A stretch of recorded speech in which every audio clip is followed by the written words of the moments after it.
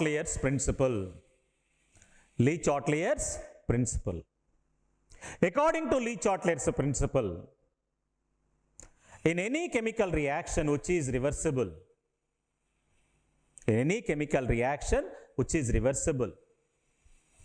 it reaches equilibrium state at certain stage.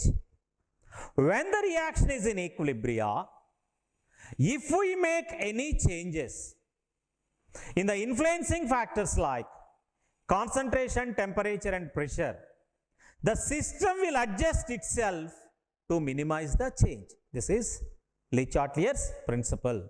What is Le-Chatelier? This is most important question in board examinations. Le-Chatelier's principle. When a reaction is in equilibrium, if we make any changes in the influencing factors like concentration, temperature, pressure and catalyst, which influence the rate of the chemical reaction, the system will adjust itself to minimize the change. The system will adjust itself to minimize the change. So, in the preparation of ammonia by Haber's process, first let us discuss about effect of concentration. So, in the preparation of ammonia by Haber's process, the main reaction involved is N2 plus 3H2 reversibly gives 2NH3. That means 1 mole of N2 reacts with 3 moles of hydrogen to give 2 moles of ammonia. When the reaction is in equilibrium, if we increase the concentration of N2 and H2 in 1:3 ratio, what the change that we have done? We have increased the concentration of N2 and H2. Now, according to Le-Chatelier principle, what the system has to do? System should decrease the increase what we have done. That means a forward reaction will take place so that N2 and H2 will involved in the chemical reaction to produce NH3. Suppose the same thing you have done in the case of NH3. If you increase the concentration of NH3, according to Le-Chatelier principle, the system should minimize the change. That means it decreases the increase. So, decrease of ammonia or decrease the concentration of ammonia will take place when backward reaction takes place. That means if you increase the concentration of NH3, rate of backward reaction increases, and if you increase the concentration of N2 and H2, rate of forward reaction will increases. Our motive is to produce ammonia.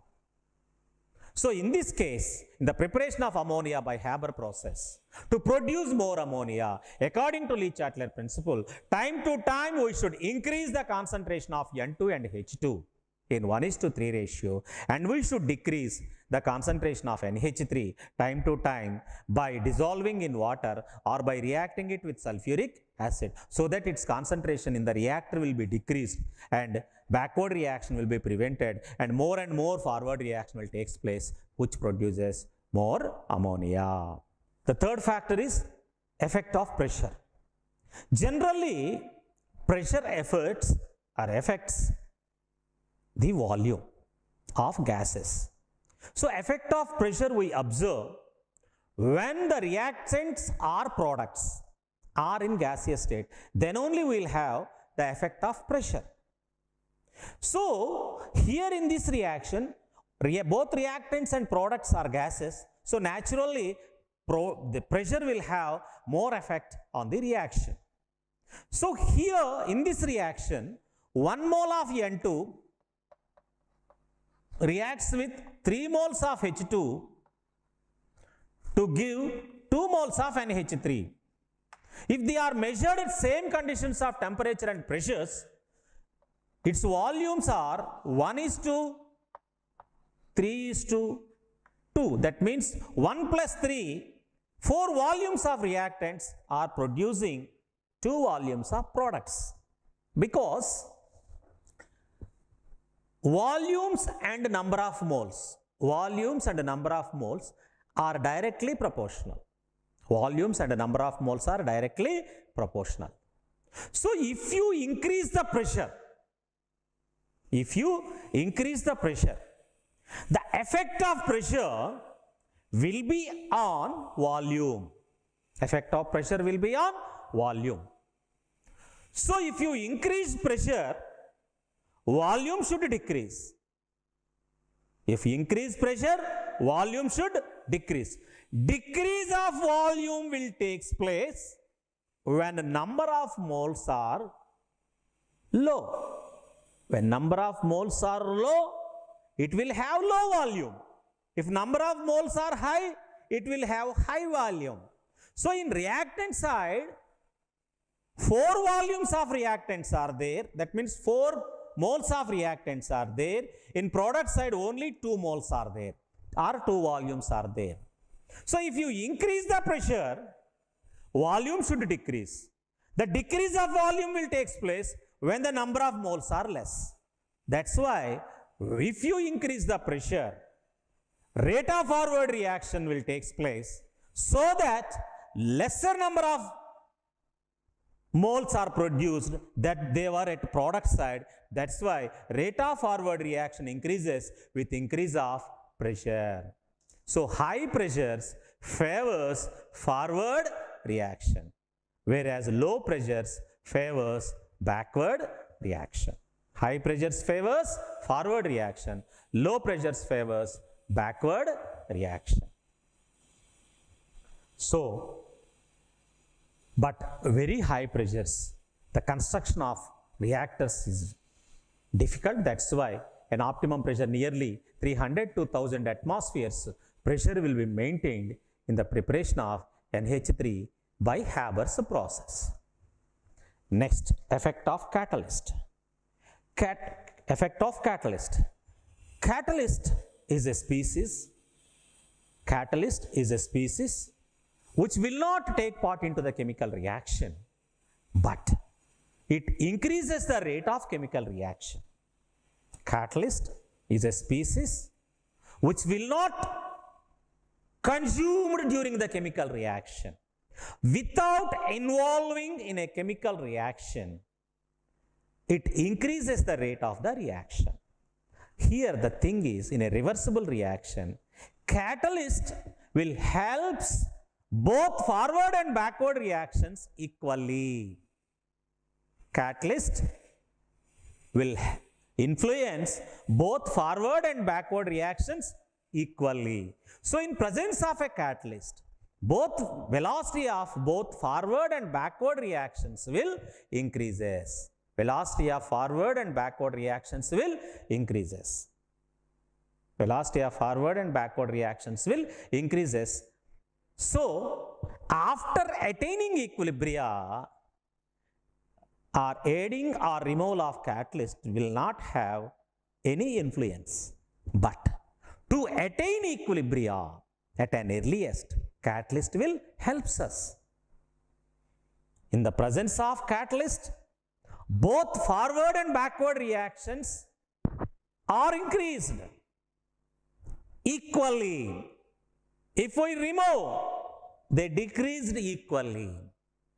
So, to attain equilibria, catalyst will helps us. But after attaining equilibria, catalyst will not have any role on this equilibrium state. But here, attaining equilibria is not our more priority. Here, our priority is to produce more ammonia. That means to produce forward, to favors the forward reaction. For favoring the forward reaction, catalyst is essential. By other factors, we can stop backward reaction. That's why even in the reversible reaction also, we use catalyst. And another term is there, promoter. Promoter increases the reactivity of the catalytic activity of a catalyst. So here in this reaction, finely divided molybdenum will be used as promoter and finely divided iron will be acts as a catalyst. We'll take both iron and molybdenum. Molybdenum will increases the catalytic activity of iron. iron will act as a catalyst and increases the rate of the reaction.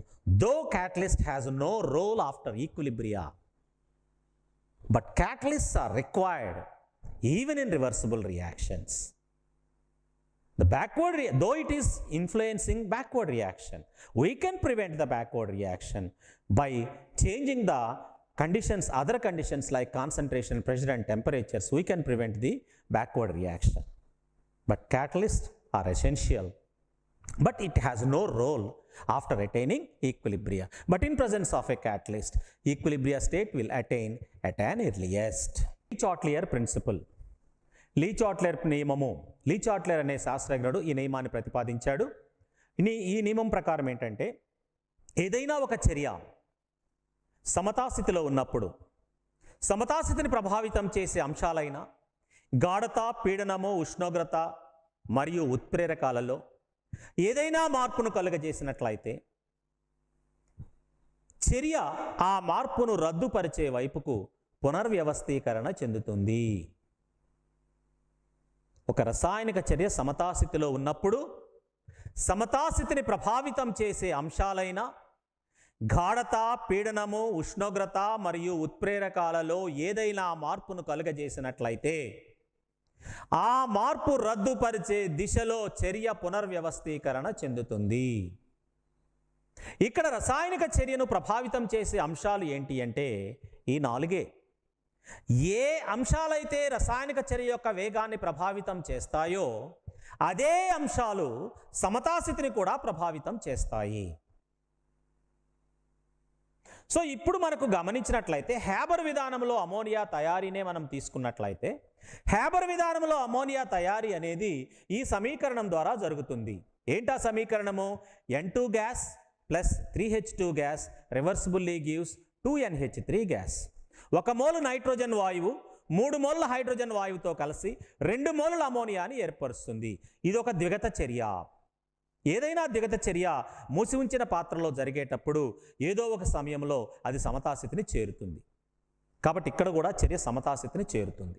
కాబట్టి సమతాస్థితిని చేరగలిగే ఇలాంటి చర్యలలో గాఢత, పీడనము, ఉష్ణోగ్రతల యొక్క ప్రభావాలు ఎలా ఉంటాయి, వాటిని ఏ విధమైన మార్పులకు లోను చేయటం ద్వారా మనం ఎక్కువగా అమోనియాని ఉత్పత్తి చేయవచ్చో తెలుసుకోవటమే ఈ చాప్టర్ యొక్క ముఖ్య ఉద్దేశ్యము. ఇక్కడ మనకు తీసుకున్నట్లయితే ఈ 4 కారకాలను ఒకదాని తరువాత ఒకటి మనం చూద్దాం. ఇందులో మొట్టమొదటిది వచ్చినట్లయితే గాఢత. ఈ చర్య సమతాస్థితిలో ఉన్నప్పుడు ఒకవేళ మనం N2 మరియు H2ల యొక్క గాఢతను పెంచినట్లయితే ఏం జరుగుతుంది? మనం చేసిన మార్పు ఏంటి? N2 H2ల యొక్క గాఢతను మనం పెంచాము. Le-Chatellier నియమం ఏం చెప్తుంది? మనం ఏ మార్పు అయితే కలుగజేశామో ఆ కలుగజేసిన మార్పు రద్దుపరిచే వైపుకు చర్య జరుగుతుంది. రద్దుపరచటం అంటే ఏంటి? వీటి యొక్క గాఢత తగ్గటము. వీటి గాఢత ఎలా తగ్గుతుంది? ఇవి రెండూ కలిసి రసాయనిక చర్యలో పాల్గొని అమోనియాను ఏర్పరిస్తే ఆటోమేటిక్గా వీటి గాఢత తగ్గుతుంది. కాబట్టి N2 మరియు H2ల యొక్క గాఢతను మనం క్రమంగా పెంచినట్లయితే పురోగామి చర్య వేగము పెరిగి ఈ N2 H2ల యొక్క గాఢత తగ్గిపోతుంది. కాబట్టి ఇక్కడ ఏంటి? మనం ఏ మార్పు అయితే కలుగజేస్తామో ఆ మార్పు రద్దుపరిచేటట్లు ఈ చర్య పునర్వ్యవస్థీకరణ చెందటం అంటే ఏంటంటే మనకు సమతాస్థితిలో ఉన్నప్పుడు పురోగామి చర్య వేగము తిరోగామి చర్య వేగానికి సమానంగా ఉన్నది. పునర్వ్యవస్థీకరణ చెందటం అంటే ఏంటి? ఈ పురోగామి తిరోగామి చర్యలు సమానంగా ఉంటున్నాయి సమతాస్థితి వద్ద. ఇప్పుడు ఏం జరగాలి అంటే ఈ రెండిట్లో ఏదో ఒక దాని వేగం పెరుగుతుంది, ఆటోమేటిక్గా రెండో దాని వేగం తగ్గుతుంది. కాబట్టి ఇక్కడ మనకు ఎక్కువ అమోనియా దిగుబడి కావాలి అంటే పురోగామి చర్య వేగమేమో పెరుగుతూ ఉండాలి, తిరోగామి చర్య యొక్క వేగమేమో తగ్గుతూ ఉండాలి. కాబట్టి గాఢత పరంగా మనం తీసుకున్నట్లయితే N2 H2ల యొక్క గాఢతలను మనం పెంచుకుంటూ పోయినట్లయితే పురోగామి చర్య వేగం పెరుగుతూ ఉంటుంది, ఎక్కువ అమోనియా తయారవుతుంది. ఒకవేళ అమోనియా గాఢతనే పెంచాం, సో ఇది పెరిగింది కాబట్టి అమోనియా పెరిగింది అని చెప్పి నువ్వు దీని గాఢతను కూడా పెంచావు అనుకోండి, Le-Chatellier నియమం ఏం చెప్తుంది? మనం పెంచిన గాఢతను తగ్గే వైపుకు చర్య జరుగుతుంది. అంటే అమోనియా గాఢత నువ్వు పెంచితే నువ్వు చేసిన మార్పు ఏంటి? దీని గాఢతను పెంచావు, మరి వ్యవస్థ ఏం చేస్తుంది? ఆ గాఢతను తగ్గిస్తుంది. ఆ గాఢత ఎప్పుడు తగ్గుతుందంటే అమోనియా విఘటనం చెంది అది హైడ్రోజన్ గాను నైట్రోజన్ గాను విడిపోతే అప్పుడు దాని గాఢత తగ్గుతుంది. కాబట్టి అమోనియా గాఢతను పెంచితే తిరోగామి చర్యా వేగం పెరుగుతుంది. N2H2 గాఢతను పెంచితేనేమో పురోగామి చర్యా వేగం పెరుగుతుంది. NH3 గాఢతను పెంచితేనేమో తిరోగామి చర్యా వేగం. మనకు తిరోగామి చర్య జరగకూడదు, పురోగామి చర్య జరగాలి. అప్పుడే ఎక్కువ అమోనియా దిగుబడి అవుతుంది. కాబట్టి అమోనియా దిగుబడి ఎక్కువగా ఉండాలి అంటే మనం టైం టు టైం ఏం చేయాలి అంటే N2 మరియు H2ల యొక్క గాఢతను పెంచుకుంటూ NH3 యొక్క గాఢతను తగ్గిస్తూ ఉన్నట్లయితే, తగ్గించడం అంటే ఏం చేయలేము, దాన్ని ఆ పాత్ర నుంచి దాన్ని బయటకు తీయటం, లేదా వాయు రూపంలో ఉన్న దానిని ద్రవ రూపంలో నీళ్లలో కరిగించడం, లేదా సల్ఫ్యూరిక్ ఆమ్లం దాంతో చర్య జరిపి లవణాల రూపంలో మార్చినట్లయితే ఆ అమోనియా వాయువు యొక్క గాఢత పాత్రలో తగ్గిపోతుంది. ఆటోమేటిక్గా పురోగామి చర్య మనకు వేగంగా జరుగుతుంది. ఇక రెండవది టెంపరేచర్, ఉష్ణోగ్రత. హ్యాబర్ విధానంలో అమోనియా తయారీని మనం చూస్తే పురోగామి చర్య ఉష్ణమోచక చర్య, తిరోగామి చర్య ఉష్ణగ్రాహక చర్య. పురోగామి చర్య ఉష్ణమోచక చర్య అంటే పురోగామి చర్యలో ఉష్ణోగ్రత వెలువడుతుంది, తిరోగామి చర్యలో ఉష్ణోగ్రత గ్రహించబడుతుంది. ఇప్పుడు మనం ఉష్ణోగ్రతను పెంచితే, టెంపరేచర్ని మనం పెంచినట్లయితే వ్యవస్థ ఏం చేయాలి? లీ షాట్లర్ నియమం ప్రకారం మనం ఏదైతే చేశామో అది వ్యతిరేకంగా అయ్యేటట్టు చర్య జరుగుతుంది. ఉష్ణోగ్రత పెంచితే తగ్గే వైపుకు చర్య జరుగుతుంది, ఉష్ణోగ్రత తగ్గిస్తే పెంచే వైపు చర్య జరుగుతుంది. ఇక్కడ పురోగామి చర్యలో ఉష్ణోగ్రత పెరుగుతుంది, తిరోగామి చర్యలో ఉష్ణోగ్రత తగ్గుతుంది. కాబట్టి మనం ఉష్ణోగ్రత పెంచితే ఏం జరుగుతుందంటే తిరోగామి చర్యా వేగం పెరుగుతుంది. ఎందుకంటే తిరోగామి చర్య ఉష్ణగ్రాహక చర్య. మనం పెంచిన ఉష్ణోగ్రత తగ్గాలి అంటే ఉష్ణం గ్రహించే వైపుకి చర్య జరగాలి. కాబట్టి ఉష్ణోగ్రత పెంచితే తిరోగామి చర్యా వేగం పెరుగుతుంది. కాబట్టి హై టెంపరేచర్స్ అనేవి మనకు ఉష్ణోగ్రత పెరుగుదల తిరోగామి చర్యకు దారితీస్తుంది. కాబట్టి తక్కువ ఉష్ణోగ్రతలు మనకు అమోనియా ఉత్పత్తికి మనకు ఉపయోగం. కానీ మరీ తక్కువ ఉష్ణోగ్రతల వద్ద అసలు చర్య ప్రారంభమే కాదు. కాబట్టి మధ్యస్థ ఉష్ణోగ్రత 500 నుంచి 550 డిగ్రీల సెంటీగ్రేడ్ ఉష్ణోగ్రత ఉండేటట్లు చూస్తారు. మూడవది వాయువులు. వాయువులు జనరల్గా ఈ పీడనం యొక్క ప్రభావము. ఈ పీడనం యొక్క ప్రభావం ఎప్పుడు ఉంటుందంటే క్రియాజనకాలు క్రియాజన్యాలు వాయుస్థితిలో ఉన్నప్పుడు మాత్రమే పీడనం యొక్క ప్రభావం మనకు వివిగా ఉంటుంది. ఈ పీడనము పెంచితే ఏమవుతుందంటే ఘనపరిమాణం తగ్గుతుంది. పీడనం యొక్క ఎఫెక్ట్ దేని మీద ఉంటుందంటే మన బాయిల్ నియమంలో చూసాము. పీడనం పెంచినట్లయితే ఘనపరిమాణము తగ్గుతుంది. ఇక్కడ మనం గమనించినట్లయితే ఈ రసాయనిక చర్యలో క్రియాజనకాలు 1+3 అంటే 1 మోల్ నైట్రోజన్ 3 మోల్ల హైడ్రోజన్ మొత్తం 4 మోలుల క్రియాజనకాలు 2 మోలుల అమోనియాని ఏర్పరుస్తున్నాయి. జనరల్గా మోలుల సంఖ్య ఘనపరిమాణానికి అనులోమానుపాతంలో ఉంటుంది, అంటే అదే నిష్పత్తిలో ఉంటుంది. అంటే 4 మోలులు అంటే 4 ఘనపరిమాణాలు, 2 మోలులు అంటే 2 ఘనపరిమాణాలు. అంటే అది 4 లీటర్లు ఉంటే ఇవి 2 లీటర్లే ఉంటాయి.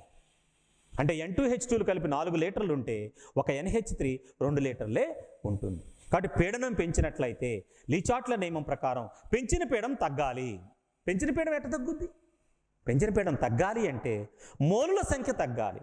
మోలుల సంఖ్య తగ్గితే ఆటోమేటిక్గా పీడనం వాల్యూమ్ కూడా తగ్గుతుంది. ఇక్కడ క్రియాజనకాల వైపు తక్కువ మోళ్ళు ఉన్నాయి, క్రియాజన్యాల వైపు తక్కువ మోళ్ళు ఉన్నాయి, క్రియాజనకాల వైపు ఎక్కువ మోళ్ళు ఉన్నాయి. కాబట్టి పీడనాన్ని పెంచినట్లయితే తక్కువ మోలులు ఉన్న క్రియాజన్యాలు ఏర్పడేటట్లు చర్య జరుగుతుంది. అంటే పురోగామి చర్య వేగంగా జరుగుతుంది. కాబట్టి అధిక పీడనాలు పురోగామి చర్యను ప్రోత్సహిస్తాయి. కాబట్టి పీడనం పెంచినట్లయితే పురోగామి చర్యా వేగం పెరిగి అమోనియా దిగుబడి పెరుగుతుంది. కాబట్టి అమోనియా ఉత్పత్తిలో ఈ అధిక పీడనాలు అనుకూల పరిస్థితులు.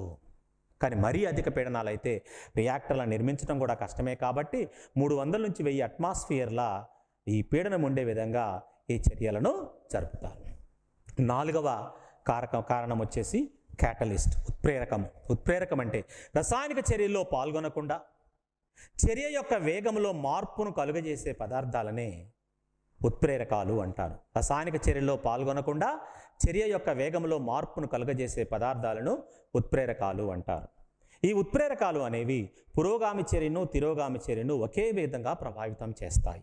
అంటే ఉత్ప్రేరకం ఉంటే పురోగామి చర్య వేగము పెరుగుతుంది, తిరోగామి చర్య వేగం కూడా పెరుగుతుంది. కాబట్టి ఉత్ప్రేరక సమక్షంలో త్వరగా మనకు సమతాస్థితి అనేది ఏర్పడుతుంది. కానీ ఒకసారి సమతాస్థితి ఏర్పడిన తర్వాత ఉత్ప్రేరకం యొక్క ప్రభావం అనేది ఆ చర్యపై ఉండదు, ఆ సమతాస్థితిపై ఉండదు. చర్యపై కాదు, సమతాస్థితిపై ఉండదు. కాబట్టి మనకు అట్లాగని చెప్పి మరి రివర్సిబుల్ రియాక్షన్లో ఉత్ప్రేరకాలు కూడదా అంటే కాదు, ఉండాలి. ఉత్ప్రేరకం ఉంటేనే మనకు ఉపయోగపడుతుంది. కాకపోతే సమతాస్థితి మీద ఉత్ప్రేరకం యొక్క ప్రభావము ఉండదు. కాబట్టి ఇక్కడ మనకు ఉత్ప్రేరక సమక్షంలో చర్య ఫార్వర్డ్ రియాక్షన్ వేగంగా జరిగి సమతాస్థితి ఏర్పడుతుంది. మరి బ్యాక్వర్డ్ రియాక్షన్ జరగకుండా ఉండటం కోసం ఇతర కారణాలు అంటే కాన్సన్ట్రేషను, టెంపరేచరు, పీడనం వంటి వాటిలో మార్పులు చేయటం ద్వారా ఈ తిరోగామి చర్యను మనం ఆపుకొని పురోగామి చర్య సమతాస్థితి క్యాటలిస్ట్ మధ్యలో జరిగేటట్టు మనం చూసుకుంటాం. ఇక్కడ మనకు అమోనియా తయారీలో సూక్ష్మ చూర్ణ స్థితిలో ఉన్న ఇనుమును మనం ఉత్ప్రేరకంగా ఉపయోగిస్తాము. అలాగే దీనికి తోడు మాలిబ్డినం అనే పదార్థాన్ని ప్రవర్ధకంగా ఉపయోగిస్తాము. ఉత్ప్రేరకం అనేది చర్యలో పాల్గొనకుండా చర్య యొక్క వేగాన్ని ప్రభావితం చేస్తుంది. ఈ మోడరేటర్ అంటే ప్రవర్ధకం ఏం చేస్తుంది అంటే ఉత్ప్రేరకం యొక్క ఉత్ప్రేరణ శక్తిని పెంచుతుంది. ఉత్ప్రేరకం యొక్క ఉత్ప్రేరణ శక్తిని పెంచుతుంది.